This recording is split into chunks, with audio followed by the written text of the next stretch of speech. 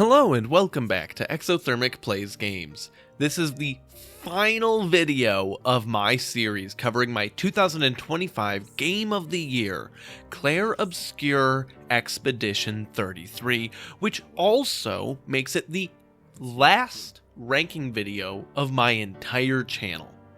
With sunsetting Exothermic Plays Games as a project, I wanted to make sure to go out on a high note, and it's hard to get much higher than this game.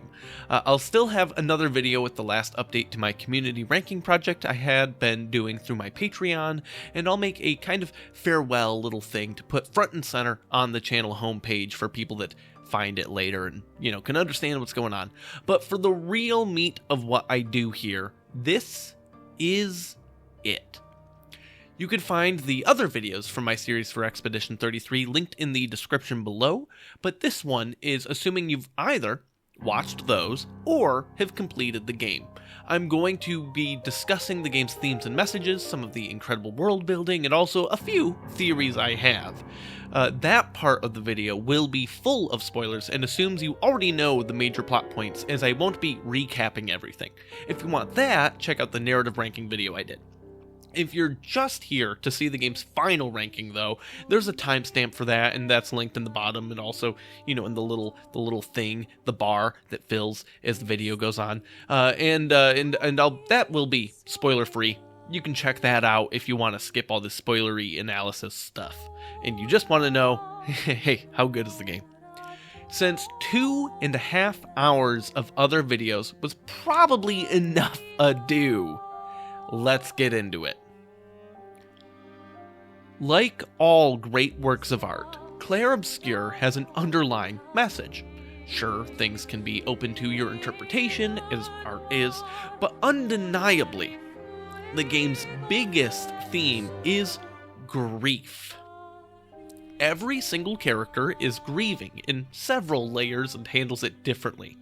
Of course, on the most surface level, the people of Lumiere grieve for the victims of the Gamage, of the long lives they could have had. They grieve for the future, for the seemingly inevitable, crushing weight of responsibility as their time runs short. But there's more personal grief as well. We see this even in non-playable characters that are quickly cast aside as we move on to the main portions of the game. Emma, Gustave's sister, grieves the loss of her friends, but as she leads the world to prepare the last generation, she grieves not only her brother marching to what she views as certain doom, but also that of her adoptive sister, who will be gone far too soon, a personal loss that, unlike everything else around her, feels actually avoidable. Gustave has his adorable little apprentices, engineering-minded kids with a bright future, should he succeed in providing it. Ciel, still reeling from the loss of Pierre and their unborn child. Lune, who grieves the childhood she never had, set on a path chosen for her by her parents. Like Frodo, she wishes that it need not have happened in her time, but also, like Frodo, all she had to decide was what to do with the time that was given her, and decide she did.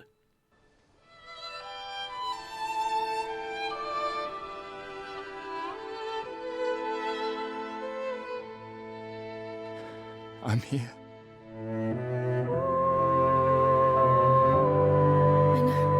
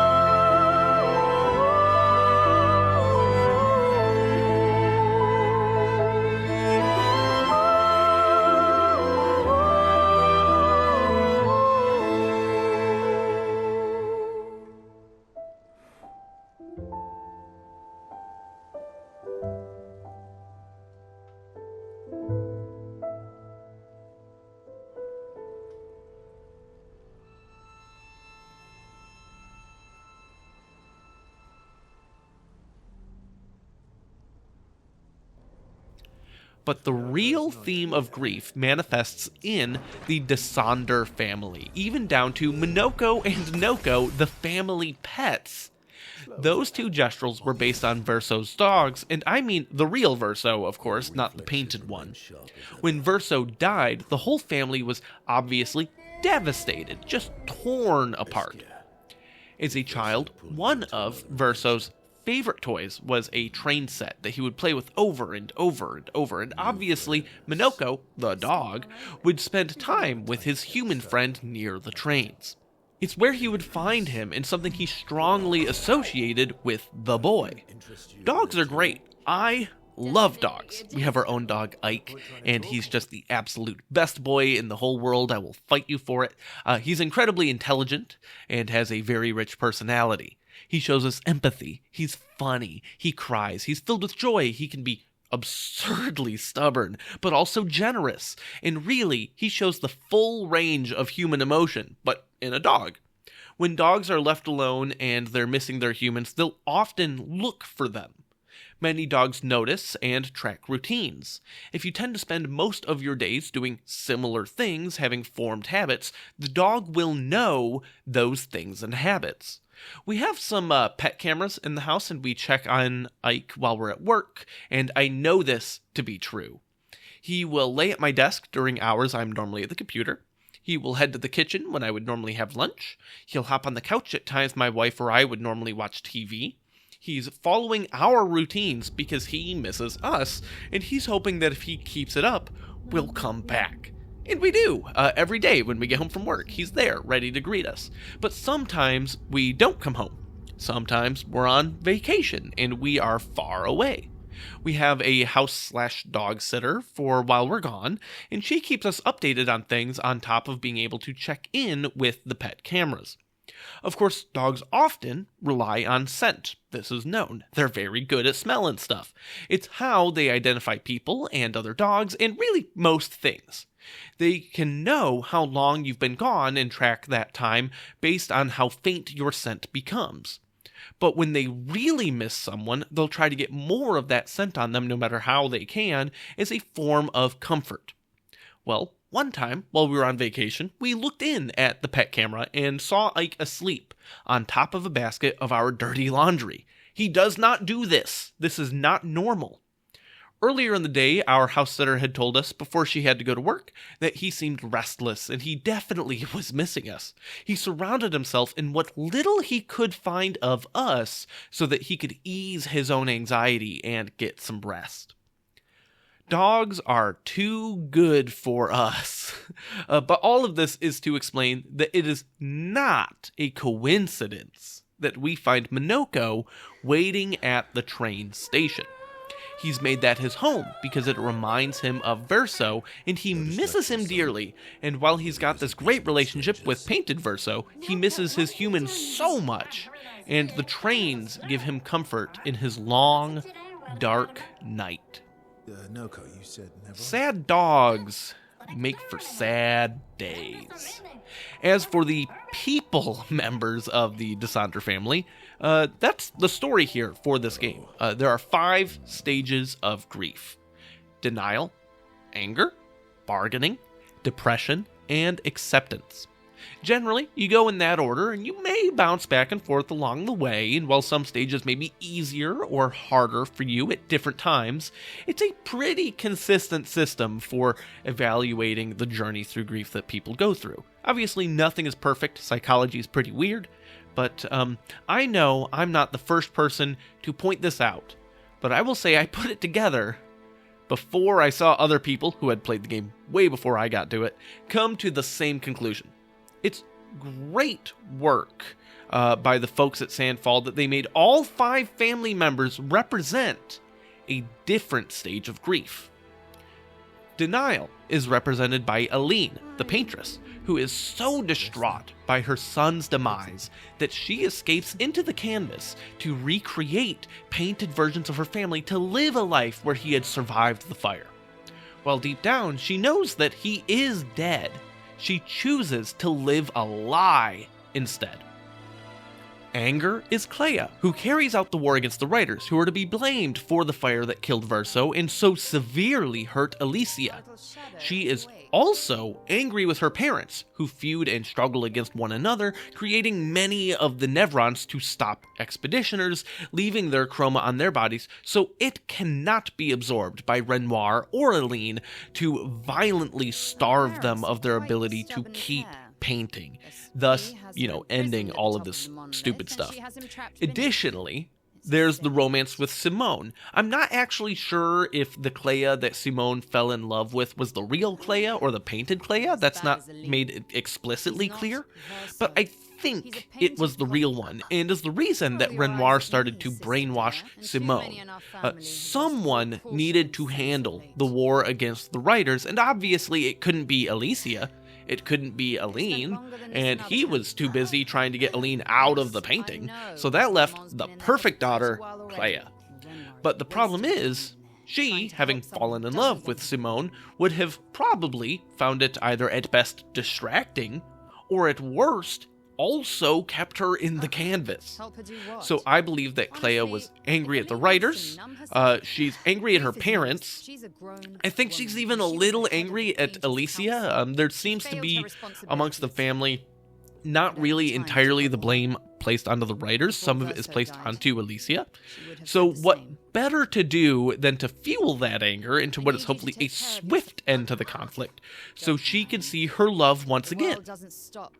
Unfortunately for her, that doesn't get to happen, which, if my suspicion on all of these things regarding Clair and Simone is correct, is yet another tragedy of the Descender family, and is, I think, one of, perhaps, Renoir's biggest failures. And I can't promise that I'll make the same choice Verso made.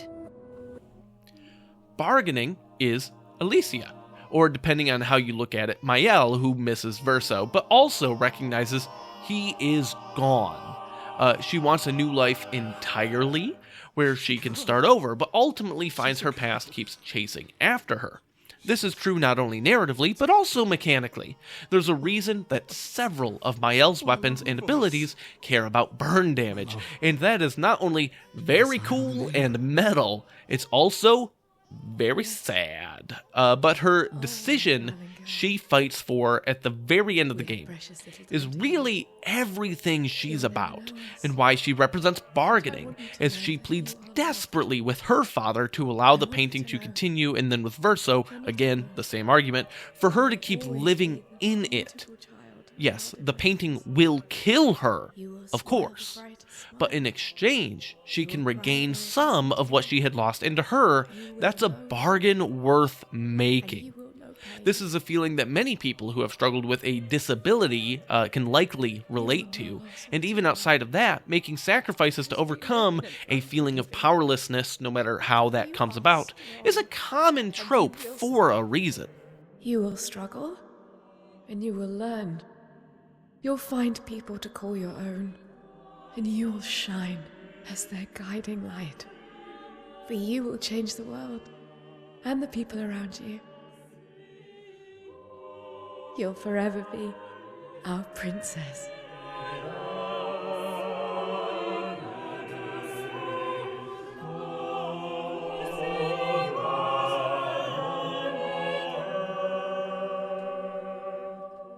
I have decided on her name.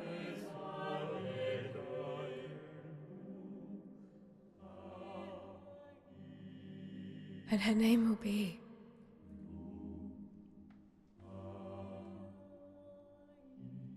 Maëlle.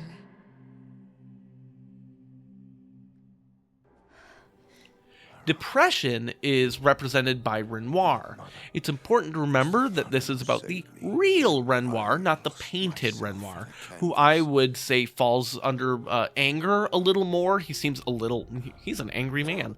Renoir desperately just wants his family back home. He wants Aline to stop what he views as foolishness. He wants Alicia to avoid making the same mistakes he's watched Aline make. Every step of this journey, from Verso's death to the final fight over the fate of the canvas, Renoir views as some cosmic punishment, some cruel choice that life forces upon him. He is specifically being hurt by this, the torment of his family. Their pain is his pain, and he's been just bearing it as much as he can, because he feels he has to. That's admirable in a way, and I can understand how some have come to the conclusion that Renoir was right, but I still think his actions are doing more harm than good. A person who is drowning cannot bring others to shore, and Renoir cannot be the person to fix the family when he is also part of the problem. So trust her. If she's doing this, then... I trust what she taught me. This is not a game. You think you know what's at stake, but you don't. I know precisely what's at stake. You want control. You want to feel like you're doing something. You couldn't save Verso, so you want to save us. Except you're not. Destroying the canvas won't help us move on. It'll just deny us the one place that helped us feel again. And lastly is Verso, who very much reached acceptance. I mean, obviously Painted Verso, the real one, he's dead. He can accept whatever he wants, which is everything Painted Verso aspires to be. He helps Expedition 33 not only because of Mael, but also because he so desperately wants it all to stop, and defeating the Paintress can give him a chance at rest. At the end of the game, the Verso ending erases the canvas, including himself. There are a few hints at this before we see the end of Act 2 and learn the true nature of the Paintress and Renoir, and some are more on the nose than others, but my favorite is definitely when we first run into Cyrene. Just before we start the fight, Cyrene conjures up the people that the party mourns for the most, who they are longing to see again. She does this for everyone except Verso, and that's because he's no longer mourning. He's reached acceptance already there. He is done with the whole process and is ready to move on. You could argue Renoir is too, since he also wants to erase the canvas, but I don't think he's entirely there. He is in the throes of despair, fraught that, as he puts it, the shadow of the worst day of our lives will take the lives of others he cares about as well. He's still hurting for Verso, he's still grieving, but he's trying to mitigate further pain in the only way he knows how, and the family needs some real therapy, and Renoir is not qualified to give it, but I'll give him credit for at least trying something, even if it's destructive and ignoring the wants and desires of everybody else. So there's all of this structure around grief throughout the game, but what is it trying to say about it? I think the message is that grief is messy, and everyone grieves differently, and that's okay. But sometimes in our grief, we do things we otherwise wouldn't do that can hurt people that we care about. And while we should obviously try to avoid that, we should also be patient and offer everyone else the same grace that we ourselves would hope to receive in difficult and trying times. Every step of the way, antagonists are shown to be, at least somewhat, justified. Protagonists are shown to be quite fallible. There is no happy ending to this game, everything is bad, with Verso's ending basically committing genocide, and Mael's ending being a slow suicide with some slavery thrown on top. And I do want to talk a little more about Mael's ending. I already said most of what I have to say about it in the narrative ranking, but there's one addendum I want to discuss. At the point leading up to Verso playing the piano, there's the jump scare of Mael's painted eyes. At first viewing, I thought it was just indicating that she was dying, and I still think it is, but there's been some other theories that it's showing her actively painting to force Verso to play the piano, to be her little puppet to play along for her enjoyment. I can see how people come to this conclusion, but I'm not totally convinced, and that's because of Painted Alicia. When you reach the end of Mael's relationship side quest, you have this cool fight against Alicia in front of the Axon, and in the end, Alicia herself asks to be gamaged. Verso doesn't want this to happen, but Mael acquiesces, understanding better than anyone the pain that Alicia is going through. Really, they make the same choice. They would rather die on their own terms than continue their tormented existence. But Verso wasn't having it, and later tells Mael that she doesn't care about anyone, and does whatever she wants without regard to how it affects anybody else. She ultimately acknowledges that she would have given Verso a chance to say goodbye, but stands by the decision, and she only did it because it was Alicia's own choice. Mael isn't in the business of taking away people's independence when it's what she fought for every step of the way in this game, even before her memories returned along with her paintress powers. If we look back to why she joined the expedition in the first place, it was about freedom, about escaping what she viewed as an oversized prison. Much of this is what the game is about, along with the grief angle and what does it mean to be alive. I really do think that the people in the canvas are, at least in the context of the game, I'm not delusional, real. They have their own independent thoughts, motivations, emotions, memories, and lives. Sure, they technically were created by Aline to replicate her family's life, but even though she painted the city of Lumiere into existence and kick-started its inhabitants, we are generations down the line there, with her having nothing to do with continued creation, and she has done nothing to directly dictate what they do as individuals. They are fully and totally self-motivated creations, just like a real human being would be, and to erase the canvas is genocide in my eyes. But to Mael, it's not enough to simply exist. For her, life is not living if you don't have the freedom to make your own choices and act on your own thoughts. And she's not the only one who ponders this. I mentioned this in Verso's narrative ranking, but there's a conversation between him and Esquier that talks exactly about what it is to be alive and to be your own person.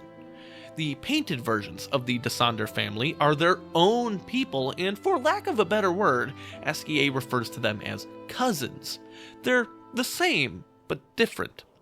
Esquier misses and mourns the loss of his friend, the real Verso, but at the same time, cherishes his different friendship with painted Verso as his own unique and whole person. So what is it to be alive? What is it to have a purpose in life? Do we even need to have a purpose in life?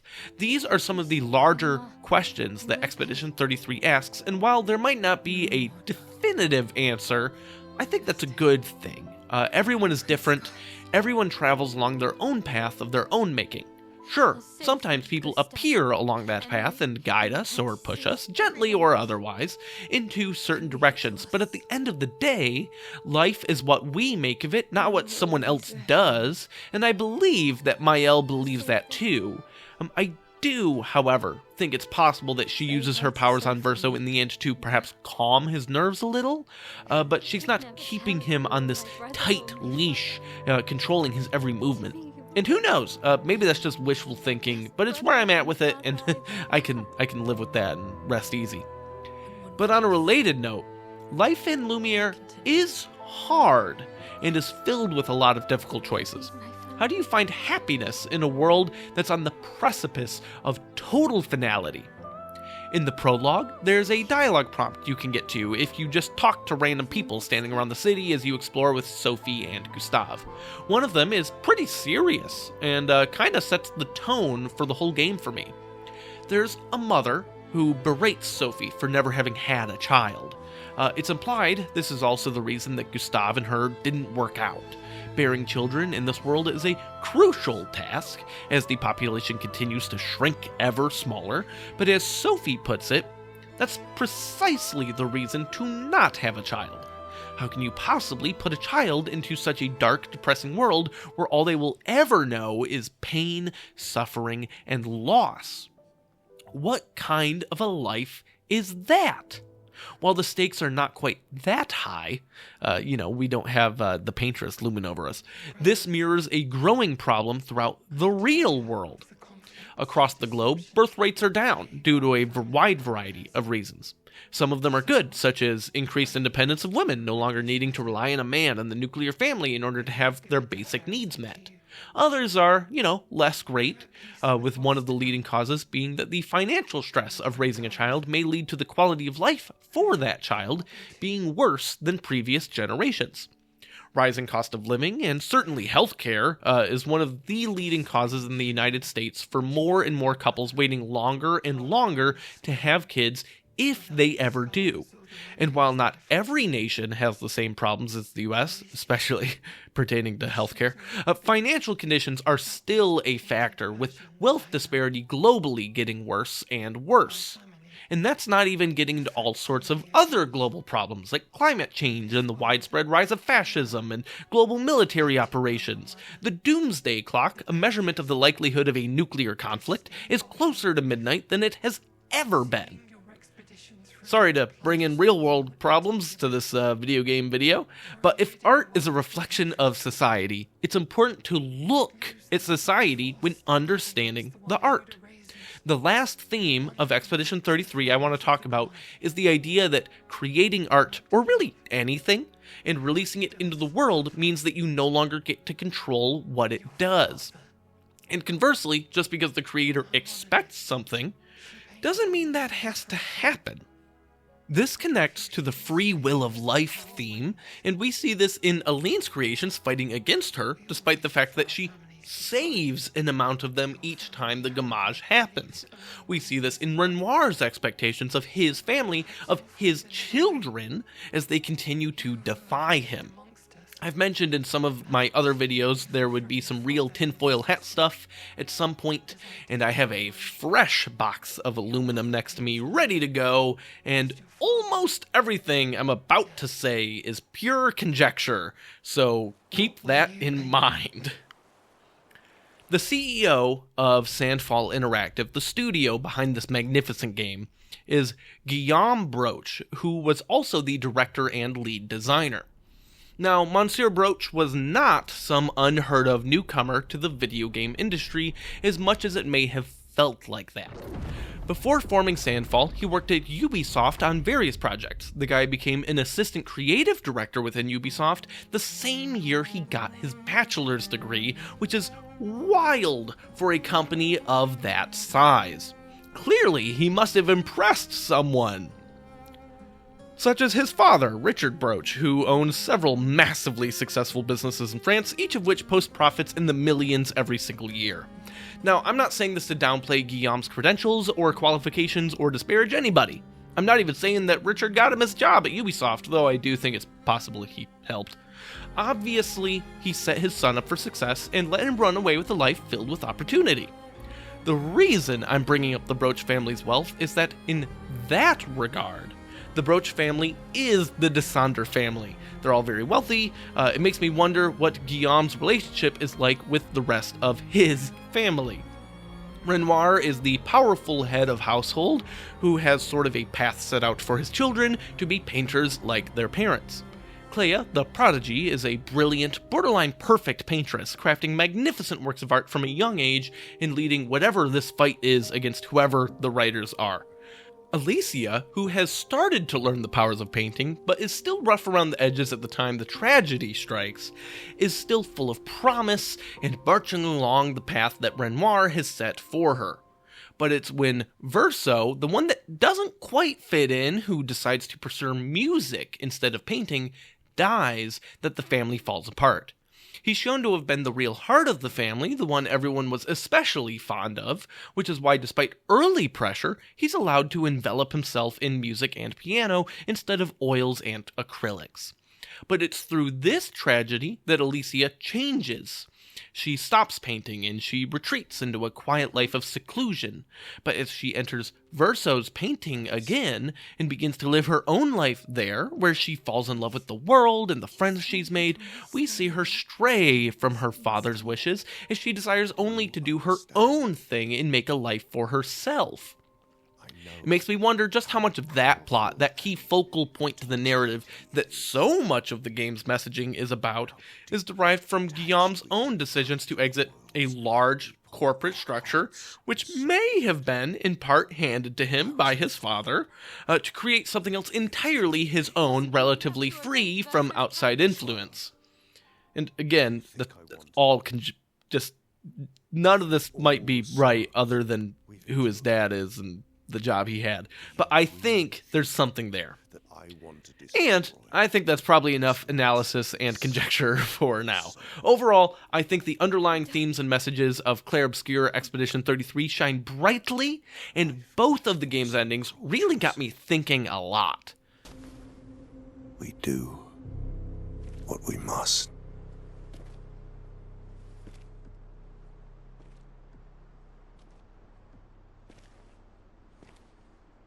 Grief often blinds us, and we make choices we can never take back. You grieve for two. I grieve for many. The choices of parents leave indelible marks upon their children.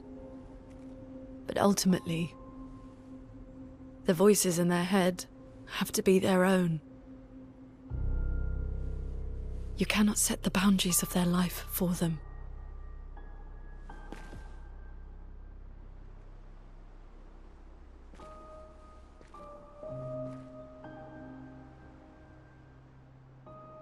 After the fire, you wanted me to find new joy in life. And I tried. But I couldn't. Verso died because of me. How do I get from that to joy?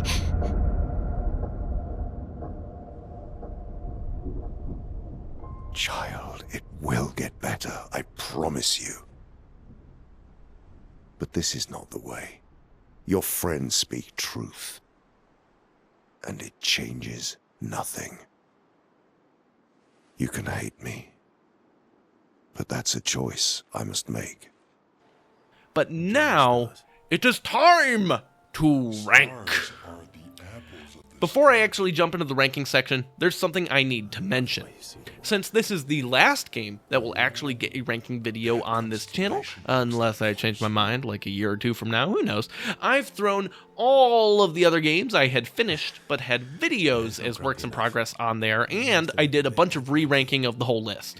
So some things are going to look pretty different than they did like literally yesterday. Ranking Clair Obscur Expedition 33 has been incredibly challenging. I wasn't sure where I wanted to rank it until about halfway through scripting this video. Like, I had a pretty good idea of where it would be, but it came down to whether it was one spot below or one spot above another particular game. I knew early that it was going to be close, too. When I got to the twist at the end of Act 1, I decided right then and there that if the credits had started rolling, the game was already a lock for top 20, and at least a contender for the top 10. Obviously, the game did not end with Act 1, and continued its excellence throughout, marching right on into that top 10. As a recap of the new top 10 ranking, prior to inserting Expedition 33 into it, we have, starting in 10th place, StarCraft 1 and Brood War, pretty much the original esport, a turning point in video game history that proved just how different you can have asymmetrically balanced factions and still make everything work in a multiplayer sense. To some, it's the GOAT, but some have the awkward pathing really shows its age to me, and the campaign has more than its fair share of flaws, even though it's fun. Next is BioShock, one of the greatest twists in the history of gaming, and to this day, the most remarkable setting and atmosphere of anything I've ever played, but the bosses were all really lackluster. After that is Mass Effect 3, the culmination of nearly a decade of work, with character subplots that had unforgettable payoffs like Mordin and Tali, with super refined gameplay and combat. 7th was To the Moon. In regards to its personal impact for me, it's the greatest story ever told, but there's virtually no game here at all. If this were only about story and personal impact, this would absolutely be my favorite game ever made, and it would not be close. But games are also games, so 7th is where it goes. Number 6 was Celeste, a perfect storm of incredible story, unparalleled level design, captivating visuals, and a brilliant soundtrack make it one of the most motivational and beautiful games I've ever played in my life. 5 is Kingdom Hearts 2, and for all its flaws, this game rips. I've actually been replaying it on the hardest difficulty on my Steam Deck lately, working on total achievement completion. It's silly and dumb, it's kinda clunky sometimes, and the plot makes no sense, but at the same time, it's touching and rewarding, and the combat is uproariously fun to me, and most importantly, my wife walked down the aisle to this game's version of Dearly Beloved, and seriously, the game is just so great.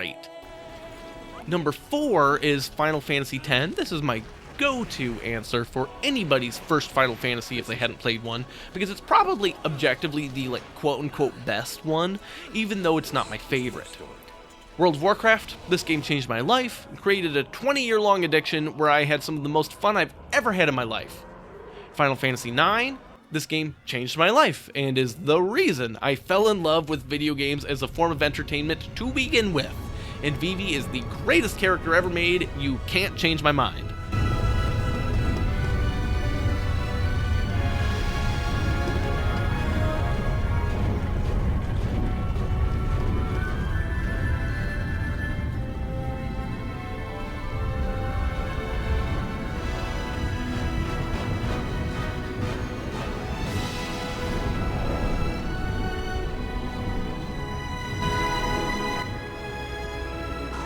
And then number 1, of course, still StarCraft 2. Say it with me. This game changed my life, and some of the greatest moments of my life are associated with it. I've also made a ton of incredible friends through StarCraft 2, and I think it's also mechanically the best game ever made, and nothing else has ever come remotely close.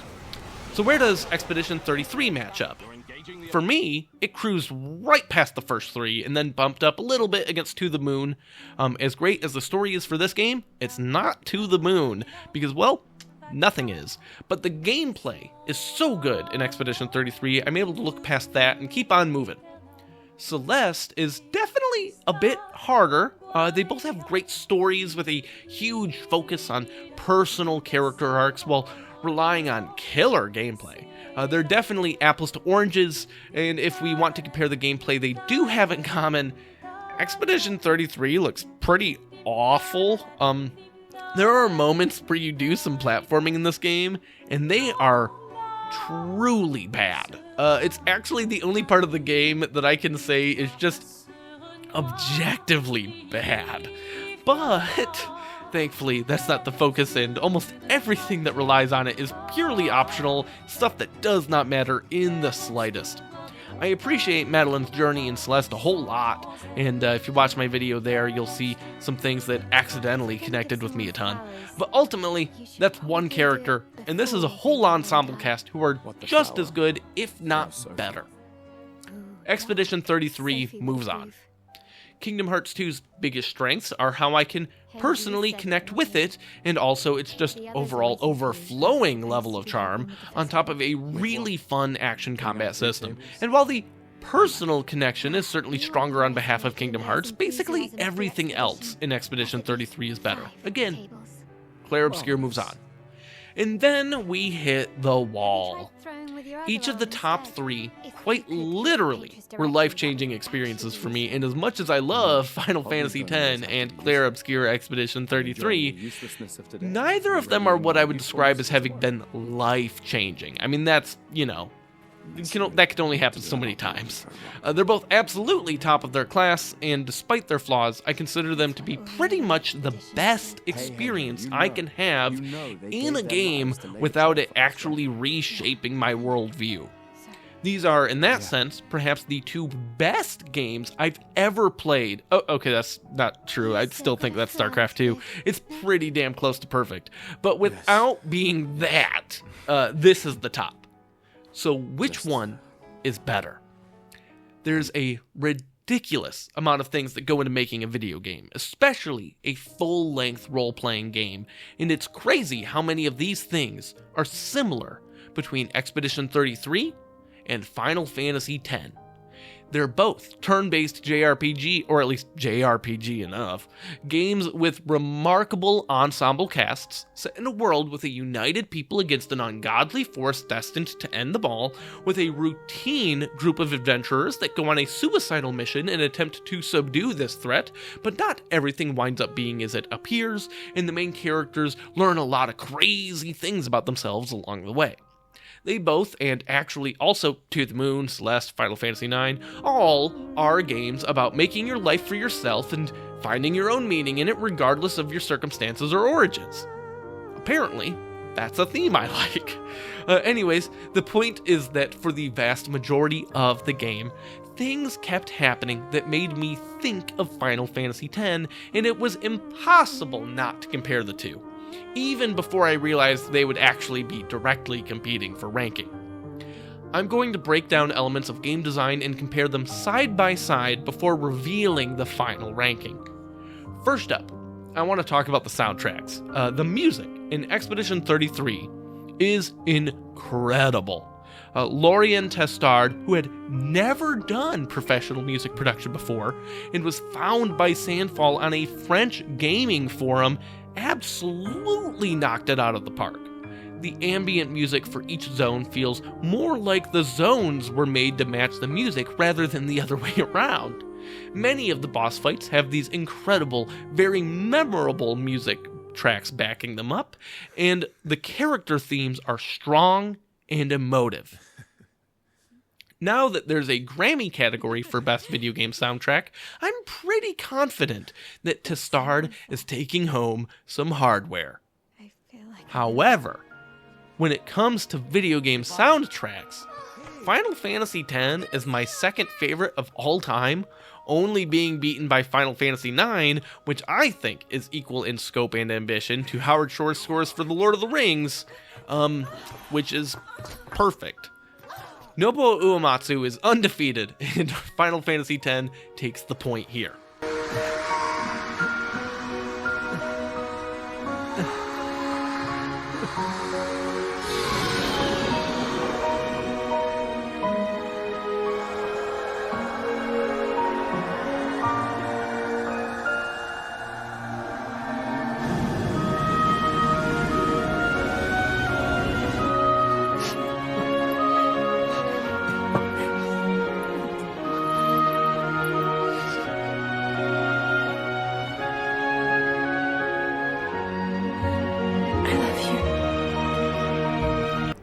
The next category is combat. Final Fantasy X has a lot of great parts for its turn-based combat. Every character can play pretty differently, and the overdrives are fun, and managing the turn order is great, along with some of the special mechanics for certain bosses being spectacular. I love when a game gives me another thing to juggle, and the summons are sweet, and it's really just excellent. I'd actually say that in the context of JRPGs, it has the best turn-based system ever made. Until Expedition 33 came along, that is. I gushed a whole lot about how great this combat is for almost an hour, and you can go watch that. And I said it then, and I'll say it now. Expedition 33 is the best combat system I've ever played in a role-playing game. Point to the new kid.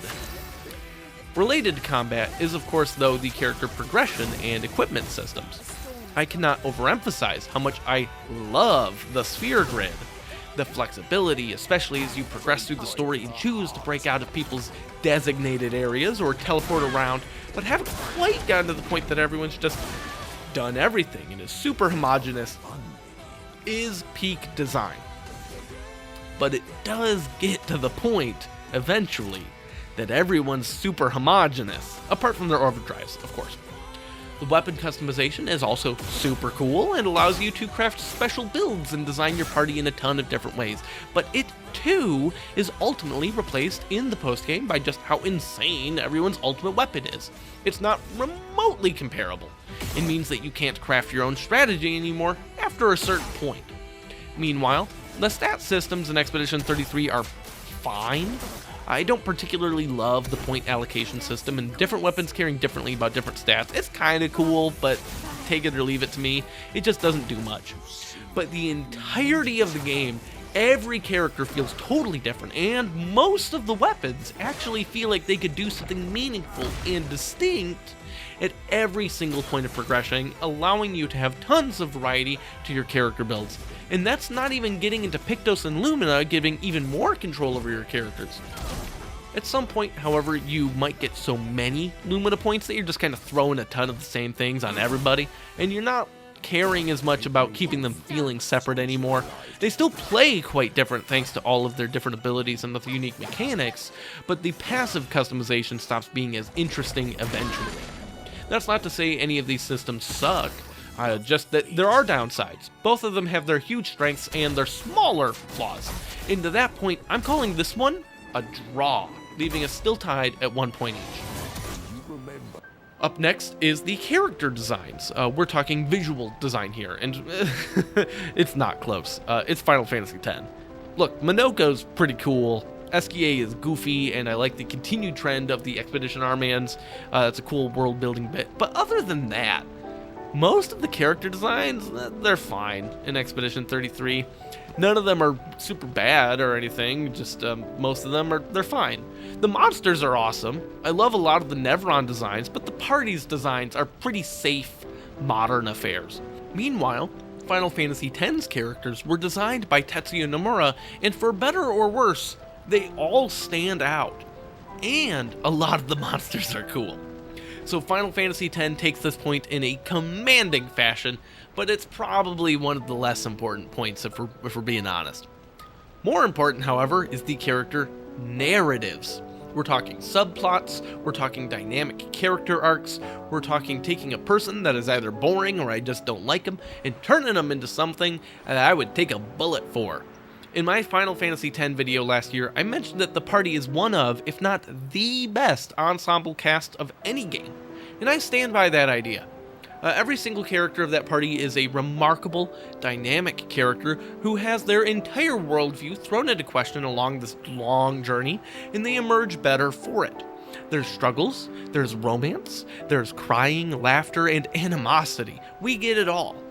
The best character in Final Fantasy X is, I think, not Titus. He's a close second to me, and Auron wasn't kidding at the start of the game. It is Titus's story, but the best character in that game is Yuna. I love everything about Yuna, from her design, to her emotional growth, to her combat system. She's easily a top 10 video game character of all time for me, and she feels the most fleshed out and real in her motivations and everything else out of that game. But come on, Mael and Verso are all-timers, and both of them are once-in-a-generation levels of quality. When it comes to narrative, Gustav is pretty close to Yuna too, though I'd probably still pick her overall, compared to him.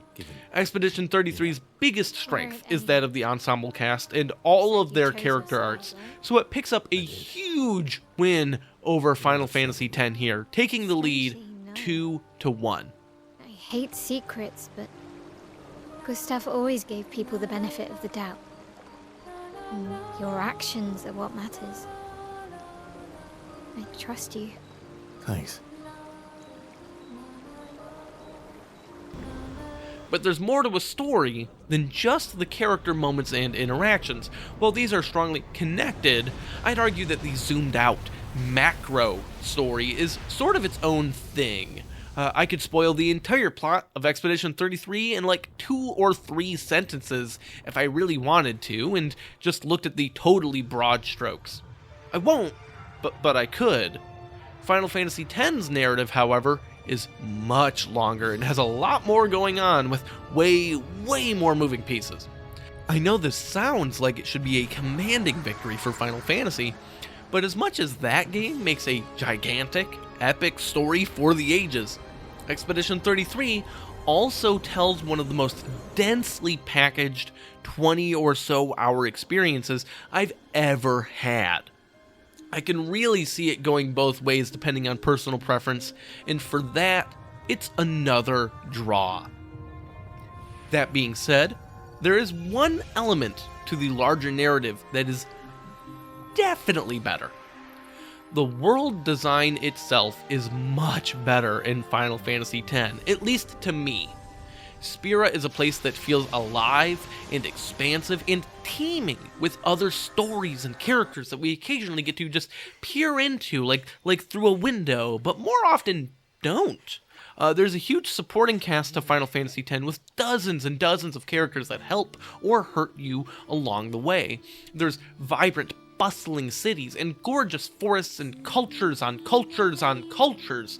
The politics of the world are more than just a throwaway talking point and are actually one of the largest facets to the narrative, and the world feels nothing less than alive.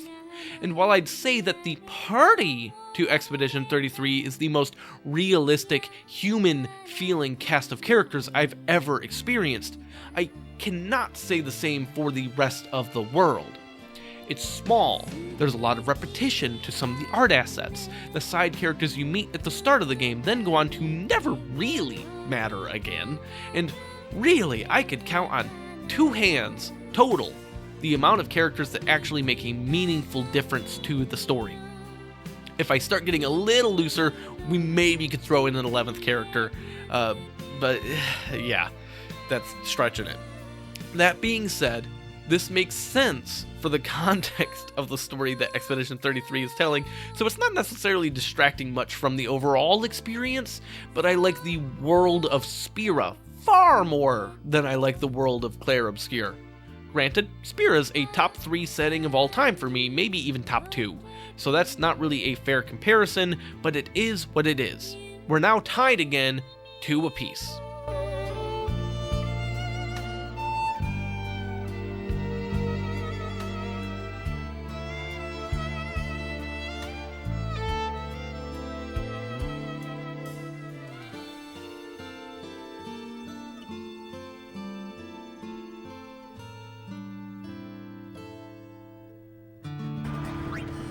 Up next is the biggest blowout of this whole thing, the minigames! Not only are there simply way more of them in Final Fantasy X, they're also generally way better. Blitzball is a top 100 game of all time for me. Even on its own, you could rip it right out of Final Fantasy X, and that's top 100. And the best minigame in Expedition 33 is barely a footnote. I do want to mention that while Final Fantasy X has what I think is the best minigame ever made, it does also have some of the worst minigames ever made. As much as I hate gestural volleyball in that stupid fucking tower, they pale in comparison to trying to dodge 200 lightning bolts in a row. Oh my, so dumb. But yeah, Blitzball single-handedly gives Final Fantasy X a 3-2 lead. The last sort of category to talk about is how I connected with it on a personal level. Final Fantasy X is a classic. It's timeless, it's objectively brilliant, and one of the shining beacons of a genre that I hold near and dear to my heart. It is also, in my eyes, pretty much just an absolutely outrageously good game. There's more to it, and I love the characters in the world, but it's a nearly perfect game, and that's what it is. It's a game. Clair Obscur Expedition 33 feels like a love letter to most of my favorite games. Also Final Fantasy X, right? Crafted specifically to cater to me and my tastes, because it basically is. Guillaume Broach has talked at length about all of the different influences that went into the game and the reason for starting Sandfall with the mission to make games with a smaller scope than modern AAA titles that are focused on the elements of games that he and others like him, of apparently a similar age, loved growing up. That's Guillaume, and that's me. That's one theme to the game I didn't talk about in the super spoilery stuff earlier in this video, because I wanted to save it for the end here. And that's the concept of the expeditions themselves. These are, almost by definition, suicide missions. They're coming up against impossible odds in a cruel and unforgiving world, running rampant with terrible monsters that are specifically designed to kill them, and all of this is to essentially go fight and kill God. No one group could ever possibly accomplish this. It's far too large of a task, and it would literally be impossible. So they created the annual expeditions with unique focuses. Yeah, if any one group managed to succeed, hey, awesome. But they all have a secondary, or in some cases, primary goal of setting up future groups for success. There's an expedition that spread these climbing handholds everywhere throughout the continent, making it easier for others to traverse the harsh landscape. There's others that did the grapple points for a similar reason. Some did recon or cleared out set paths. Others researched odd qualities of the Nevrons. I love the concept of the expeditions and how forward-thinking they all were, all in the service of one unrelenting common goal. In a time where we are drowning in unprecedented times, it felt comforting in a way that it is difficult to describe to see how this city came together to stave off the end times. There's a few slogans or mantras that the expeditioners have. They have a creed, and generally speaking, they stick to it. Things like, when one falls, we continue. A simple, driving philosophy of not only the literal moment-to-moment experience of the expedition, but also of their society as a whole. Then there's tomorrow comes, which I've seen many people describe as motivational, and in a way, I suppose it is, but I don't think it's positive. This is different than if we were to say something like, nah, tomorrow's a new day, or oh, don't worry, there's always tomorrow. No. The people of Lumiere live on a ticking clock. Every day that passes is one less day they get to live, whether they like it or not. Tomorrow comes. So live every single day of your life like it could be your last, because at some point it will be. It can be easy to find yourself complacently living in times of strife. After all, it's exhausting keeping up with all of the awful news in the world and trying to organize and help and incessantly think about ways you might be able to do better. But tomorrow comes, so when the moment arrives, it is not simply enough to meet it, but rather to go out and seize it. But what good is conviction without remembering why you're doing it? I promise this is related, but I don't have any tattoos. I have, however, thought for a while now about working on getting a full sleeve done honoring my favorite video games, but I've never known how to start it, or how to make, these big things, where to put them. And getting good ink is not cheap, so I'd want to really nail that stuff down before I even got it started.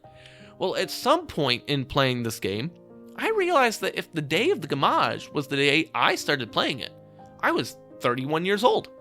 That means that by the time the Gamage for people 32 and older would happen, well, I'm 32. If I lived in the world of Clair Obscur Expedition 3, I would have been in Expedition 33. So with that realization, I had the idea that I want to get a tattoo of the Expedition 33 armband on my arm, where Gustav has his, and also get my favorite motto of the Expeditioners on it, which Gustav often states, "For those who come after," is the most important philosophy of not only the Expeditioners, not only the people of Lumiere, but I think of all humankind. I mean, what is the fucking point of having a society if the society doesn't make things better for future generations? That is, in my mind, the driving purpose of human existence, of any struggles we face in our lives, and of what I try to do every single day. I'm not going to say I'm perfect and that I succeed in that endeavor every day and I change everybody's life or whatever, but I've felt this way for a long time, and the game absolutely nailed it with the expeditions, and it is for this reason that Expedition 33 claims the point for personal connection, which is also the tiebreaker, making Clair Obscur Expedition 33 my new 4th favorite video game of all time, narrowly passing Final Fantasy X. The game is not perfect. It has its faults. The pacing in Act 3 is a little rough. Things were not communicated properly, I feel like, for that. If you play this game and you get to Act 3, you'll know when you reach it. Make sure to do all of the character side quests before you go and finish the act. It'll be very obvious what that means. When you get there, do that. It'll make everything a lot better. but the successes of the game are some of the most monumental achievements of the entire gaming industry, and is why it's not only my 2025 Game of the Year, but also my presumptive 2020's Game of the Decade. So thank you so much to Guillaume Broach, and to Lorien Testard, and Jennifer Sverdberg-Yen, who wrote the majority of the dialogue for the game and really brought these characters to life. This is truly a once-in-a-generation experience, and I'm so glad to say that the whole team at Sandfall has earned every bit of praise that's been thrown at them, and I'm eager to see them rank in all of the remaining awards at the large end of the year award shows. And if you stuck through all this and somehow still have not played this game, you absolutely must play it, because I promise you, it is something to behold. And with that, I've completed my final ranking video of the channel. I want to thank everyone that joined this journey, no matter when or how you did, whether you're a new viewer or you've been with me since Block Dude. I'm going to still do one more update to the project I had been doing with the wonderful folks that were kind enough to support me on Patreon, but that will really be kind of more for them. As for the general public, this is the final video of Exothermic Plays Games. Well, unless you count the short video I'm going to record explaining the state of the channel, blah, blah, blah, blah. I don't count that. There's a remote chance that I'll come back to the channel sometime in the relatively distant future, but if I do, it would surely be in a different form.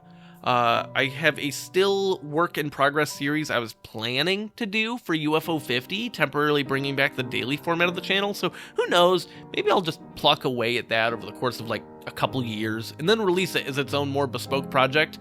But then again, maybe I won't. For people that still want to follow along with my thoughts on games, you can follow me on backlogged.com, which, assuming I don't forget, will be linked in the description for all of my videos by the time this one goes live. I'll put some thoughts on there from time to time, but there won't be video content, and it will be pretty small snippets. If you want to discuss games with me, you're still welcome to join my Discord server. I'd be delighted to have you, and I'm always down to talk about the video games with people. But that's me today, tomorrow, and forever after. I hope you have had a great day. Goodbye.